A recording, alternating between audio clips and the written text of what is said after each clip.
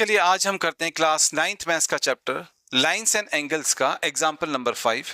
काफ़ी important example है, तो ऐसे क्वेश्चन का प्रैक्टिस आपको 100% होना चाहिए, आपके एग्जामिनेशन में ही आ सकता है। ठीक है, इंपॉर्टेंट क्वेश्चन है। तो क्वेश्चन में हमसे कहा गया है कि हमारे पास में दो लाइंस हैं।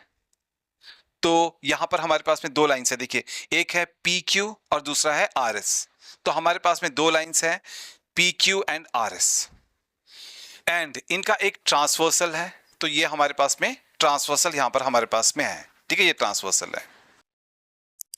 अब हमसे कहा गया कि हमने कोई भी एक पेयर लेना है बाइसेक्टर्स का।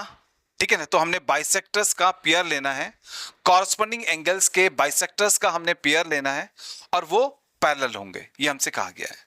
ठीक है, हमने इस क्वेश्चन में ये प्रूव करना है कि अगर हमारे पास में दो लाइंस हैं, एक ट्रांसवर्सल है, अगर हमने एक पेयर ऑफ कॉरस्पॉन्डिंग एंगल्स लिया हुआ है, अगर उनके हमने दो बाइसेक्टर्स बनाए हुए हैं, अगर वो दोनों ही बाइसेक्टर्स आपस में पैरेलल है, तो हमने प्रूव करना है कि जो पी क्यू है वो आर एस के पैरेलल होगा। ठीक है, तो चलिए सॉल्यूशन स्टार्ट करते हैं। अब देखिए क्वेश्चन में हमसे कहा गया है कि जो बीई है वो इस वाले कॉरस्पॉन्डिंग एंगल का बाइसेक्टर है। ठीक है, तो हम लिखते हैं बीई जो है बाइसेक्टर है of angle A B Q. BE A B Q का बाइसेक्टर है, यहां पर हमने लिख लिया। अब देखिए आपने याद रखना है कि जब भी हमारे पास में कोई एंगल होता है, अगर हम उसका बाइसेक्टर बनाते हैं तो वो जो बाइसेक्टर होता है उस एंगल को बीचों बीच काटता है। तो जो ये बाइसेक्टर है इस वाले एंगल को बीचों बीच काट रहा है, इसलिए ये वाला एंगल इस वाले एंगल के इक्वल होगा, इसलिए यहां पर ये इक्वल्स टू यहां पर ये दिखाए गए हैं। ठीक है, अगर हम इस एंगल को एंगल 1 मान ले, इसको एंगल 2 मान ले, तो एंगल 1 एंगल 2 के बराबर यहां पर हो जाएगा, क्योंकि इस बाइसेक्टर ने इस एंगल को बीचों बीच काटा हुआ है। तो हम लिखेंगे therefore angle 1 is equals to angle 2, यहां पर हमारे पास में आ जाएगा। अब देखिए यहां पर CG जो है वो इस वाले एंगल का बाइसेक्टर है। CG जो है वो BCS एंगल का बाइसेक्टर है। ठीक है, लिख लेते हैं यहां पर CG जो है वो बाइसेक्टर है ऑफ एंगल BCS। अब क्योंकि जो CG है वो इस BCS एंगल का बाइसेक्टर है, इसलिए ये वाला एंगल जो है इस वाले एंगल के बराबर होगा, ये वाला एंगल इस वाले एंगल के बराबर होगा। अगर हम इसको एंगल 3 मान लें, इसको एंगल 4 मान लें, तो एंगल 3 एंगल 4 के बराबर होगा। तो देयरफॉर एंगल 3 जो है यहां पर एंगल 4 के बराबर आ जाएगा। करेक्ट। अब देखिए क्वेश्चन में हमसे कहा गया है कि जो BE है, जो ये बाइसेक्टर BE है वो इस बाइसेक्टर CG के पैरेलल है। ठीक है, तो क्वेश्चन में हमसे कहा गया है कि जो ये बाइसेक्टर है BE वो बाइसेक्टर CG के पैरेलल है। अगर हम इसको यहाँ पर आगे थोड़ा एक्सटेंड कर दें, इसको आगे एक्सटेंड कर दें, तो ये वाली लाइन इस वाली लाइन के पैरेलल है। BE जो है वो CG के पैरेलल है, इसको यहाँ पर लिख लेते हैं। BE जो है वो पैरेलल टू CG है, ऐसा क्वेश्चन में हमें गिवन है। ठीक है, ये हमने ले लिया।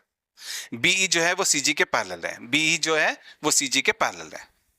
अब देखिए आपने अच्छी तरीके से याद रखना है, अगर हमारे पास में पैरेलल लाइंस होते हैं, अगर इस प्रकार से हमारे पास में पैरेलल लाइंस होते हैं और अगर हमारे पास में एक ट्रांसवर्सल वहां पर है, तो जो सेम पोजीशन में एंगल्स होते हैं, जो सेम पोजीशन में एंगल्स होते हैं वो कॉरस्पॉन्डिंग एंगल्स होते हैं और वो आपस में इक्वल होते हैं।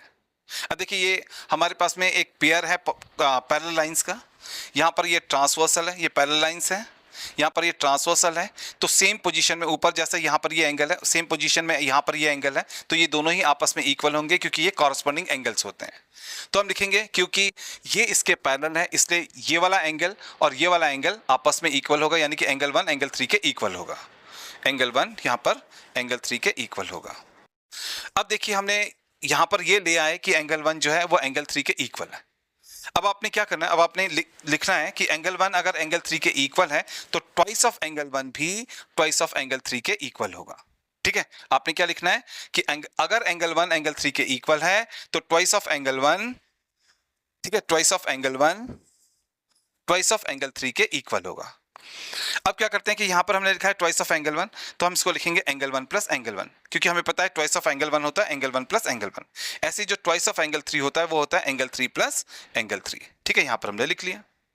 अब देखिए एंगल 1 जो है वो एंगल 2 के बराबर है, एंगल 1 जो है वो एंगल 2 के बराबर है। इस एंगल 1 को तो यहां पर हम लिखेंगे, लेकिन जो ये दूसरा वाला एंगल 1 है इसकी जगह पर हम लिखेंगे एंगल 2, क्योंकि एंगल 1 एंगल 2 के बराबर है, तो एंगल 1 की जगह पर आएगा एंगल 2। अब देखिए एंगल 3 एंगल 4 के बराबर है, इस वाला एंगल 3 को तो यहां पर लिख लेंगे। अब जो ये दूसरा वाला एंगल 3 है इसकी जगह पर लिखेंगे एंगल 4, क्योंकि एंगल 3 एंगल 4 के बराबर है, तो एंगल 3 की जगह पर आएगा एंगल 4। करेक्ट। अब देखिए यहां पर हमारे पास में आ गया कि angle 1 plus angle 2 equals to angle 3 plus angle 4 है। अब हम ढूंढते हैं कि एंगल 1 प्लस एंगल 2 है क्या। अब देखिए यहां पर हमारे पास में ये है एंगल 1 और यहां पर है एंगल 2। अगर हम एंगल 1 को एंगल 2 के साथ में जोड़ दें तो बन जाएगा A B Q. Angle 1 plus angle 2 हो जाएगा हमारा ए बी क्यू, ये पूरा एंगल बन जाएगा ए बी क्यू। तो एंगल 1 प्लस एंगल 2 हो जाएगा angle A B Q. Correct. अब यहां पर हमारे पास में है एंगल 3 प्लस एंगल 4। अब देखिए पता लगाते हैं एंगल 3 प्लस एंगल 4 क्या होगा यहां पर। तो एंगल 3 ये है, एंगल 4 ये है। अगर हम इन दोनों को जोड़ दें, एंगल 3 और एंगल 4 को जोड़ दें, तो हमारे पास में आ जाएगा BCS। तो एंगल 3 प्लस एंगल 4 हो जाएगा हमारा BCS। ठीक है। तो यहां पर हमने प्रूव कर दिया कि जो ये एंगल ए बी क्यू, ये जो एंगल है ए बी क्यू, ये एंगल BCS इस वाले एंगल के बराबर है। ठीक है, हमने ये प्रूव कर दिया। एंड अब आपने याद रखना है कि अगर दो कॉरस्पॉन्डिंग एंगल्स आपस में इक्वल होते हैं, देखो इस वाले लाइन के ऊपर ये एंगल है, नीचे वाली लाइन के ऊपर सेम पोजीशन में ये वाला एंगल, तो ये दोनों ही एक दूसरे के कॉरस्पॉन्डिंग एंगल्स होंगे। ठीक है, और हमने इन दोनों कॉरस्पॉन्डिंग एंगल्स को यहां पर बराबर प्रूव कर दिया। ठीक है, तो ए बी क्यू जो है वो BCS के बराबर हमने प्रूव कर दिया है, ए बी क्यू BCS के बराबर प्रूव कर दिया है। ठीक है, ये कर दिया तो हम लिखेंगे बट दीज आर, लेकिन ये जो दो एंगल्स हमने यहां पर बराबर प्रूव किए हैं, यहां पर बराबर प्रूव किए हैं, बट दीज आर, ये कैसे एंगल्स हैं, ये कॉरस्पॉन्डिंग एंगल्स हैं, सेम पोजीशन वाले एंगल हैं, कॉरस्पॉन्डिंग एंगल्स हैं।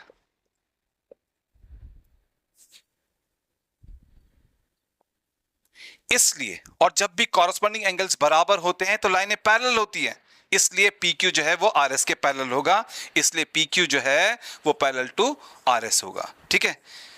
अब देखिए क्वेश्चन में हमसे कहा गया था कि जो दो लाइंस हमारे पास में हैं हमने उनको पैरेलल प्रूव करना है। क्वेश्चन में हमसे कहा गया था कि जो दो लाइंस हमारे पास में हमने उनको पैरेलल प्रूव करना है। जो ये दो लाइंस है इनको हमने पैरेलल प्रूव करना है। यहां पर हमने इनको पैरेलल प्रूव कर दिया। ठीक है, तो ये पैरेलल यहां पर प्रूव हो गया, हेंस प्रूव्ड। और ये आ गया हमारे इस क्वेश्चन का फाइनल आंसर।